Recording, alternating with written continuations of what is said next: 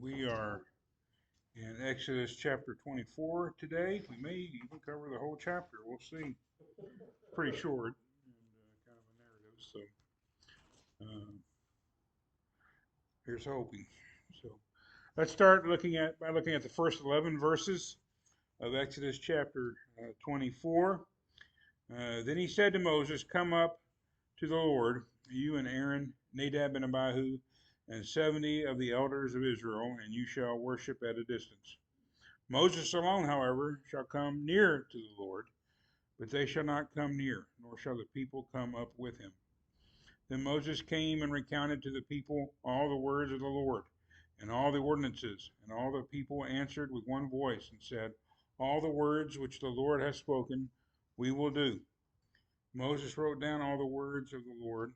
Then he arose early in the morning and built an altar at the foot of the mountain with 12 pillars for the 12 tribes of Israel. He sent young men of the sons of Israel, and they offered burnt offerings and sacrificed young bulls as peace offerings to the Lord. Moses took half of the blood and put it in basins, and the other half of the blood he sprinkled on the altar. And he took the blood of the covenant and read it in the hearing. Took the book of the covenant and read it in the hearing of the people. And they said, "All that the Lord has spoken, we will do, and we will be obedient." So Moses took the blood and sprinkled it on the people, and said, "Behold, the blood of the covenant, which the Lord has made with you in accordance with all these words." Then Moses went up with Aaron, Nadab, and Abihu, and 70 of the elders of Israel. And they saw the God of Israel, and under his feet there appeared to be a pavement of sapphire, as clear as the sky itself. Yet he did not stretch out his hand against the nobles of the sons of Israel. And they saw God, and they ate, and they drank. Okay. What do we think about that?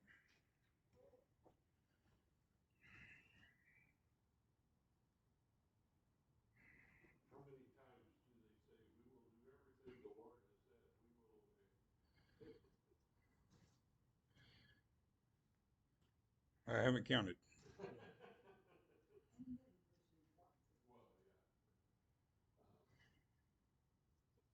Unlike us today, we never mess up, do we?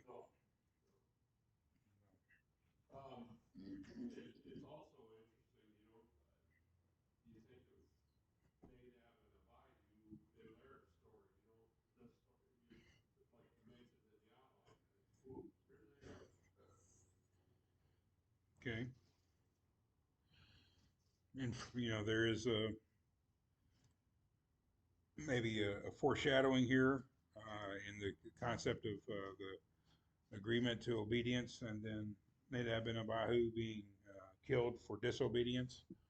It also, um, it shows that they didn't really have a lack of knowledge. They were there at the beginning of the covenant and had full knowledge of what they were supposed to be doing, and then when they disobeyed, um, it is always harsh, I think, when you see someone disobey a commandment and they're killed immediately. But there's that component to the story of Israel. It's something that happens occasionally, and it seems like very um, severe justice. And I guess you could say it was. But there's also the desire by God to establish in Israel the understanding of the holiness of certain aspects of their relationship with God, being in the temple. And you may not think it matters which fire burns the incense. Well, yeah, it does. And you're transporting the Ark of the Covenant. You may not think it matters if it's about to fall. If someone reaches up and they at least if they think it's falling, steady it and all that. Well, it does. They weren't even really supposed to transport it that way to begin with. And then even, it's one of those things where uh, there's a broader message to the people as a whole. It comes at the expense of a human life. It's pretty difficult, but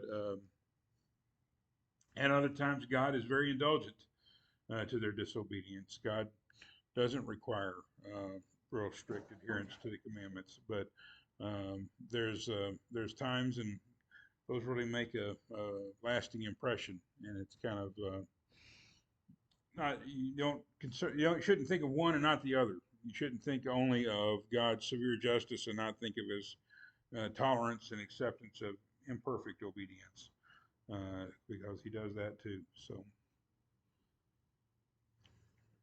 yes, sir.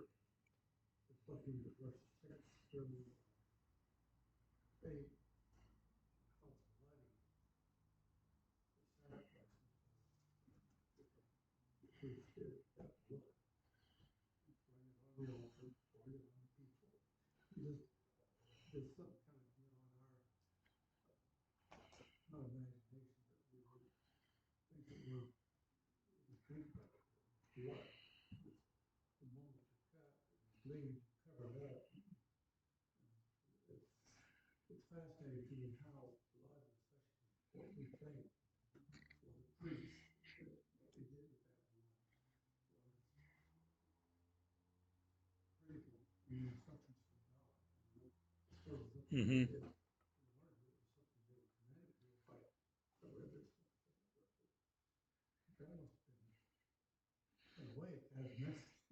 Well, there's a lot of things that are very different about, particularly our form of worship today and ancient Israel's form of worship. And one of the things we hope when people come in here is that they really don't smell a thing. That's perfect. We're not really trying to give you a pleasing aroma when you come in here. We're trying to create a fragrance-free environment. You know, and some men spend thousands of dollars on a scent collection, all the different exclusive designer colognes. When I think if a man just doesn't stink, he's way ahead of the game. Just take a shower, use soap, use deodorant, and don't try to smell. Try not to smell bad before you worry about trying to smell good. But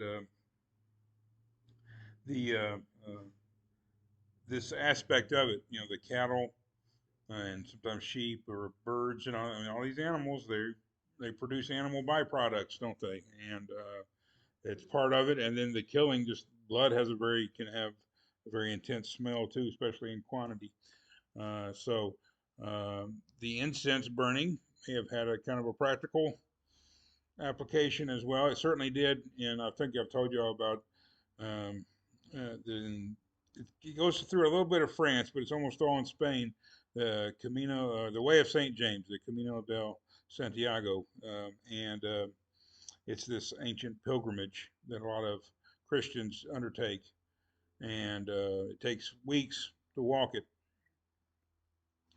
And when they get to the end, there's this big Catholic church at the end of it, and they will go in there, and that big Catholic church has a just enormous censer burning incense in it, and they swing it up and down the aisles of the cathedral, back and forth, and it's still really very much part of the ceremonies they have there and everything. But at the time when they started doing that, all of these people had been walking through the mountains for weeks, and they hadn't bathed, they hadn't been eating very healthy, they hadn't been clean clothes, none of that. They came in, they would go straight to the church, and um, that everybody else that lived there was like, we had a bath this morning. So it's there's a disconnect, and that so there's this practical aspect to it as well. um, but then you take those things out, and all of a sudden people wonder what in the world's going on. How can you do that? How can you take the lace off of the communion trays after you've gotten windows and air conditioning and sealed everything up, and you don't have a problem with flies anymore? I wouldn't be surprised if we didn't have a problem with flies in Walla Walla anytime, because we got some flies around here. I don't know where they come from, but boy, they are pretty much year round. But no matter what you do, you get a fly in the house. But um, just one sometimes. I got a little bug zap. It doesn't zap them. It's a sticky thing, and it's got a light on it, and it seems to be doing a pretty good job. I might see one flying around, but then I don't see it anymore later on. So that's good. Then I have to change it out every now and then. But there is always the significance of them, even if they have a practical application. there's the significance is really theological. That's the important thing. And these sacrifices are not being offered because God likes to see dead cows. These sacrifices are being offered because Israel needs to make them. And God therefore requires them of him. And it is something, their worship engaged really all the senses. When you came into it, you smelled, when it smells really bad, you can kind of even taste it a little bit. In fact, most of your tasting is done through your nose. So it's you can kind of taste it, and there's fire burning, it's hot. It's a very sensory filled experience. And we come into ours, and everybody's clean and dressed nicely and comfortable, and we try to make it as pleasant and as simple as possible. And there's nothing wrong with that, I don't think, but it's a different experience than our ancestors had. Mm.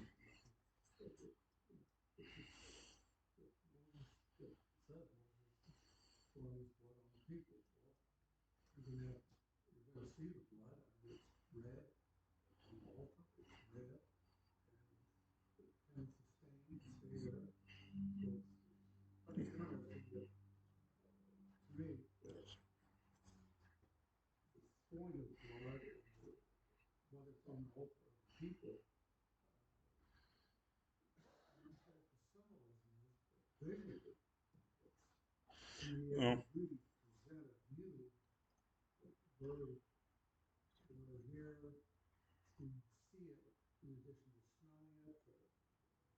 tasting it, feeling it, and everything. Yeah, the blood splatter hits you. You feel it. It's like when a bird's flying overhead, and all of a sudden you feel something. It's supposed to be good luck. Mm-hmm.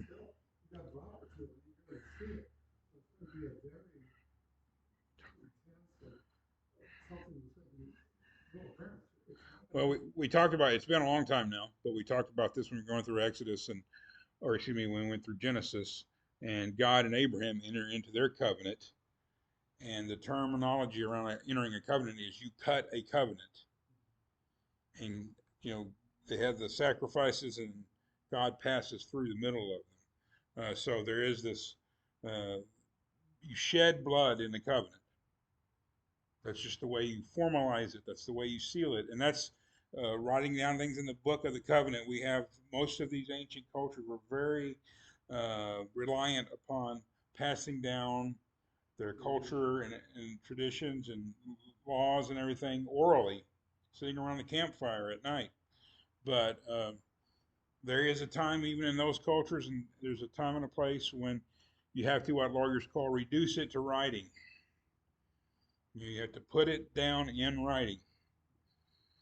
And in a sense, you kind of lose a little something whenever, that's why we call it reducing it to writing, because this is as close as we can come to expressing the agreement, but there's some subtlety, some nuance, some things you lose. It's like if you text somebody and you text them a joke, they may think you're serious because they can't hear your voice. They can't pick up on these other clues. But yeah, everything was, every sense was engaged, and certainly the visual was engaged. And seeing the animals bleed out, seeing the blood on their clothes when they're walking home away from the worship service as a reminder. And sometimes there's groups that do things that are designed to leave you with something that you look at to remind you of what you just had, the experience you just had. And I think sometimes we say, well, you don't really need that sort of thing. Well, maybe we don't need it, but maybe they do. And there's value in it, at least for some people. So we like clean, calm, orderly. We want to leave as clean as we came, and all that. That's fine, and that's kind of our cultural thing. But it's It was messy, it was bloody, and it was something that kind of really helped drive home the significance and something seen as holy, that there is this coming into God, coming into a covenant with God is about, in a sense, losing life, the life of animals perhaps, but that costs money. That's money out of your pocket, and those are dead animals now. And it's the best of what you got too.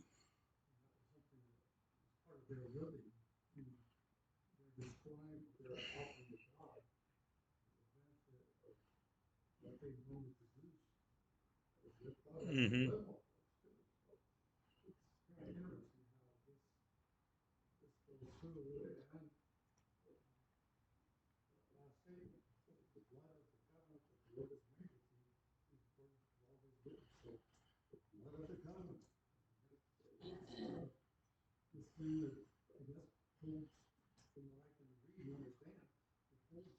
Hmm.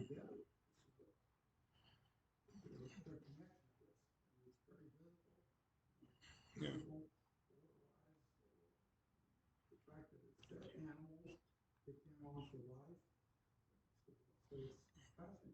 It's very visceral. It's not purely an intellectual pursuit. And I think if there's one mistake a lot of groups have made since the so-called Enlightenment is that the attempt to make everything purely intellectual, to make it make sense. If it doesn't make sense, then we don't need it. And all of the symbolism, in a sense, doesn't make any sense. I mean, it doesn't really change anything, but at the same time, it really does impact us at something besides our intellect. We're not just our intellects. You know? Yes, sir.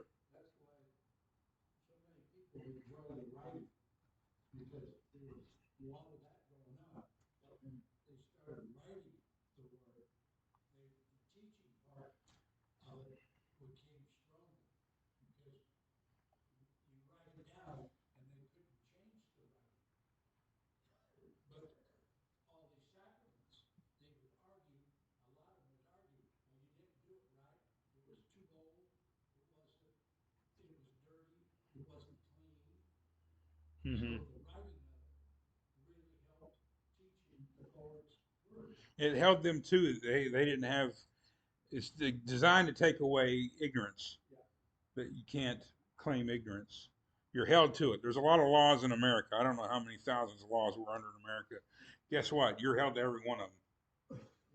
Whether anybody told you that's a law or not, whether some of our laws refer to international laws or other countries' laws by reference, you're held to those laws, and they may be written in a different language. So, once it's written down, you're kind of on the hook.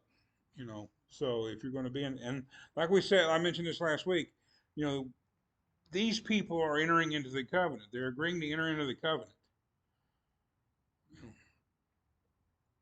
Not their kids, not their grandkids, not their great grandkids, not they're entering into it, but they are binding their future generations. At the same time, we talked about this with Abraham at the time. Abraham accepted the fact that God's promises to him would not be fulfilled during his lifetime, but would be filled through his descendants. So they aren't quite as self-centered as we are, where we think if I don't experience it, if it's not happening in my lifetime, if it doesn't happen to me and for me, then it's not happening. Just seeing yourself as a part of the story. Yes, ma'am.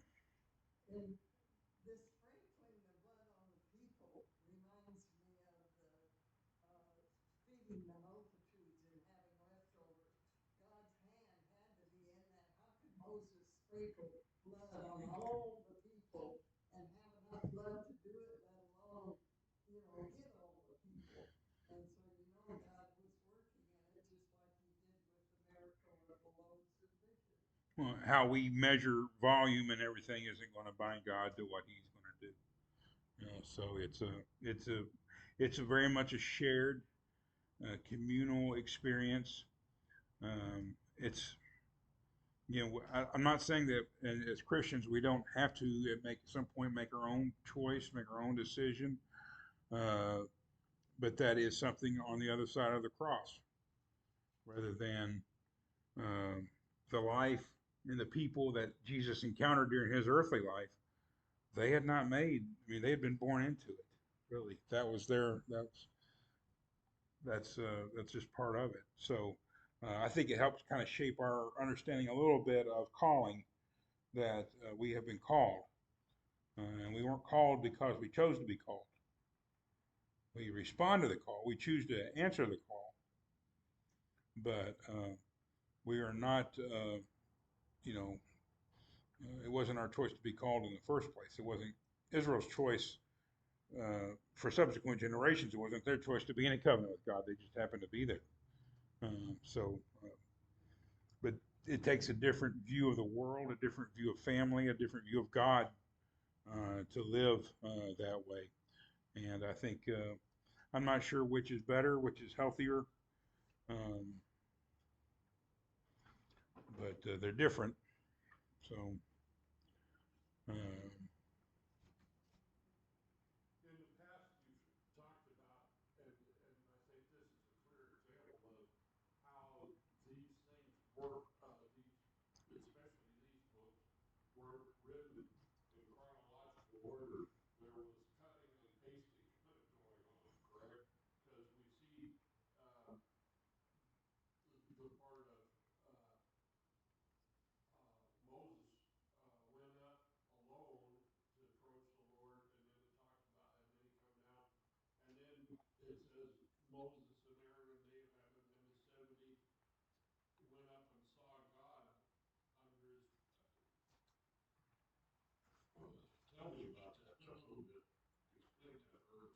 well, I think again we're seeing kind of right off the bat a little bit of God's indulgence.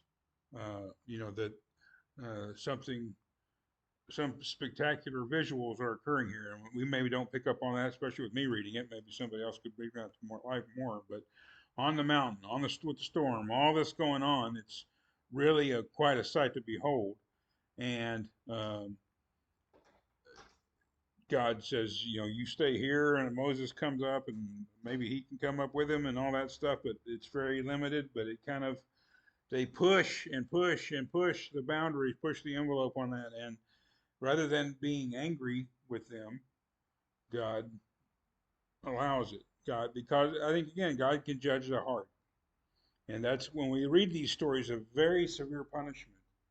Uh, as people of faith, if you're looking at this cynically as a scholar or intellectual or something like that, you look at those stories cynically or intellectually, you can, say, well, that just means your God's a very petulant God, just like all the other ancient gods, very humanistic in a way, something of your creation rather than you being created by Him.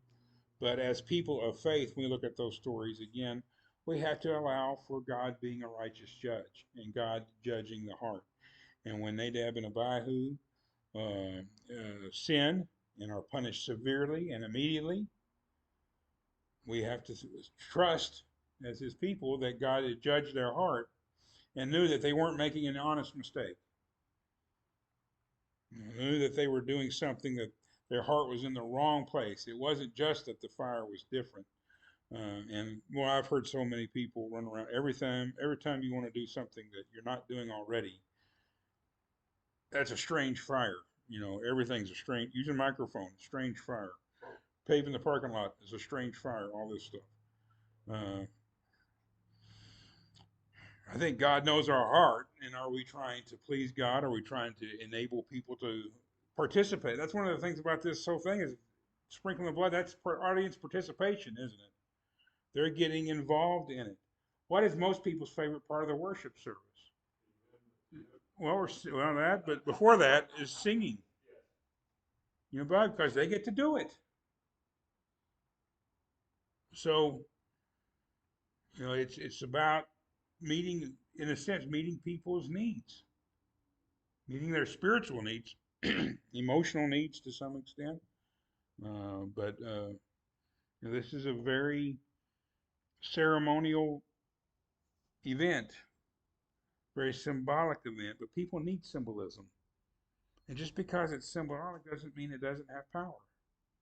The symbolism sometimes can convey more than words could actually do themselves. And Jesus, with the healing of the cripple that's lowered down through the roof, forgives him of his sins. Which is easier to say, your sins are forgiven, or to say, get up and walk? Well, get up and walk. I was at a conference at the Austin Graduate School of Theology, or whatever it is now, in Austin, Texas. It's affiliated with I think is it the Southwest Church of Christ or the Downtown Church of Christ? I don't know, but they've kind of gotten off on their own. I think they're having a real hard time. They had bad timing when they chose to expand. But one of the professors there was telling a story. My brother was speaking at it. I was just attending it. We were sitting there, and this guy gets up and tells a story. He has a debate on whether or not miracles still occur in the world today. And one guy got up and gave this very scriptural and intellectual argument against miracles to show how miracles can't occur. The other guy gets up and says, I was sick to the point of death and God healed me, and sat down. Who won the argument? I mean, who are we to tell someone God didn't heal them? Now, is that a miracle in the sense of some other way, whatever, however you define that term, that may not be a miracle. I believe God works in the world today, and God does heal people sometimes. My mother-in-law is not doing well right now, and a lot of people are praying for her, and I don't think she's going to get better, sadly. But if God wanted to heal her, she'd be back to her old self tomorrow or instantly if he wanted to do it. So I believe God has that power. And I'm not going to say he won't do it for anyone else. I just think, we have to trust God in all of that. And he has his purposes and his meanings and his schedule, and we have ours. And we have to adjust to his rather than him adjusting to ours. All of these things, this very formal ceremony has a lot of meaning. Some of it can be put in words, and some of it we can intellectualize and understand and translate to our own practice, our own walk of faith. And then some of it just you probably had to be there. And some of the impact of what is happening hit the original audience in a way it will never hit us. And and then you see them seeing God. Of course, no one can see God and live. Woe is me, for I have seen God. Well, people see at least parts of God here and there, and no one can behold God in his full glory. But okay, I'll let you look at my feet, basically, and and then the sapphire, very clear. Sherry and I got married on the Princess Sapphire, or Sapphire Princess cruise ship. It was a very nice cruise ship. I think this was even better though. But the just it's a very highly valued jewel, and I think I don't. These people use it for wedding rings sometimes. Or is that only diamonds? Do you only use diamonds for that? I'm not sure. But I wouldn't tell anybody what to use on something like that. Talk about symbolism and not making a lot of sense. Having to have a diamond ring to get married is one of those things. But tell Sherry that didn't work for me there. But anyway, there is this need to formalize things, and it comes at a cost. Losing the animals, time, and everything. But it's a cause for celebration. That in this covenant, in the blood of this covenant, they have a meal together in the presence of the Lord, within sight of the Lord. They have a meal together, and that's when we come together. God is with us in a special way wherever two or three are gathered, and we come together and we have a meal. And as the disciples on the road to Emmaus on the evening after Jesus' resurrection, Jesus is recognized in the breaking of bread. So when people say, why do y'all take communion every week? Because we see Jesus in the breaking of bread. Why wouldn't you want to see Jesus at least once a week? If they don't see Jesus in the breaking of bread, that's another discussion, another topic. There's a possibility there that maybe they need to consider. But the disciples of Jesus recognized him in the breaking of bread. And I think so. We don't have a lot of ceremony to what we do. We're pretty basic. But there's this American, I think, uniquely American emphasis on ridding ourselves of anything that's ceremonial, anything that's symbolic, anything that has anything other than practical application behind it. But when you do that, people start spiritually starving a little bit. And, you know, I went to my grad school experience was with a Quaker group, and the Quakers got rid of all ceremony. They didn't have baptism, they didn't take the Lord's Supper, they didn't do anything, because anything that was ceremony got kicked out the door. You didn't want to have it. It's just ceremony, it's just rote, it doesn't mean anything. Well, I mean, people like their oatmeal, but they're struggling on other levels, so they're starting to try to work back and bring some of these things back in. They're seeing the value of them now. Um, that's not to say we've got all the answers and we're right about everything and everybody else is wrong about everything, but there is a need, I think, for some sense that this is a special and unique time when we come together to worship the Lord. That this is not just another day of the week. It's not just another thing that we do in our lives. And God wants Israel to feel like that something special is happening here. So I think some ceremony, some symbolism is certainly advisable, at least, if not absolutely required. So let's move on and see if we can't get to chapter 25 next week. Verse 12. Now the Lord said to Moses, come up to me on the mountain and remain there, and I will give you the stone tablets with the law and the commandment which I have written for their instruction. So Moses arose with Joshua his servant, and Moses went up to the mountain of God. But to the elders he said, wait here for us until we return to you. And behold, Aaron and Hur are with you.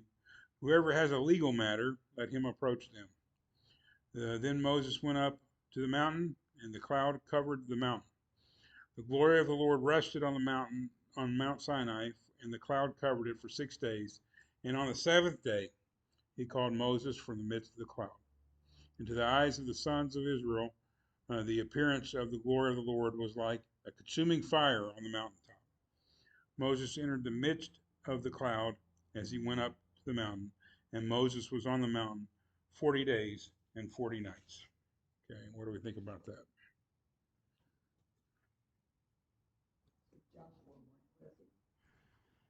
You know, he was an orphan.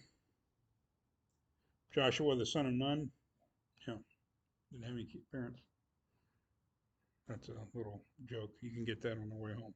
Maybe it's not that funny. I don't know. You know, very son of Nun. Okay. Yeah, so there is some interest. There's characters. Hur is here. Hur is one of the two guys, along with Aaron, that holds up Moses' arms in Exodus chapter 17. And they fight with the Amalekites. So he comes back here. All these names help locate the covenant within the narrative of Israel. It's in their story. It's part of who they are, part of how they came to be as a people. Any other thoughts on this passage?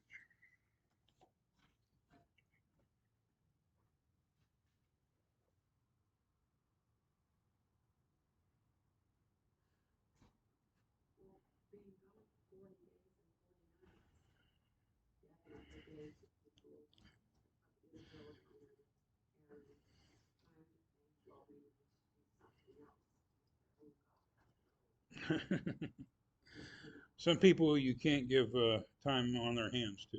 They need a lot of structure. We met with a group in Portland that was working with recovering heroin addicts, and they would take these people and move one person into a family, into a healthy, functioning family, and that person would live with that family, and then they kept them busy every minute of every day. I mean, they just really didn't have any free time. And um, one of our, we were visiting this group, one of my classmates asked, well, what if you just want to go down to the bookstore and read a book?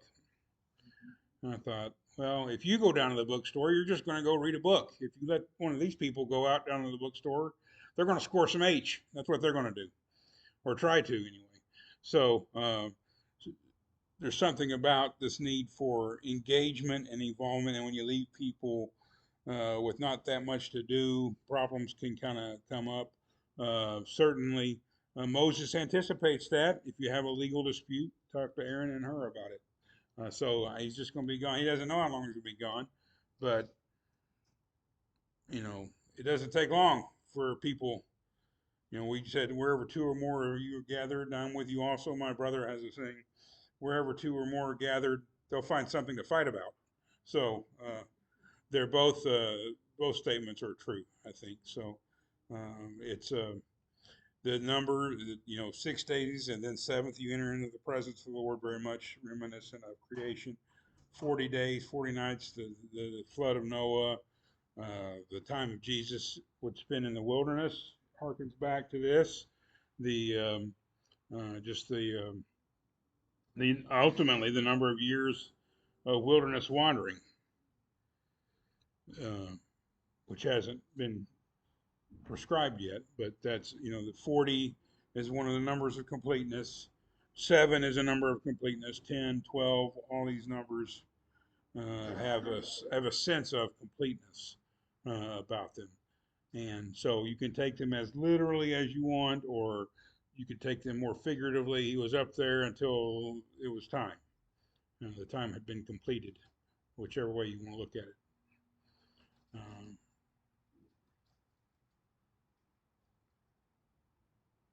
so it was quite a sight to behold. Any other thoughts? Okay, I'll try to have your chapter 25 handouts available Sunday, if not before that, and we'll get back into some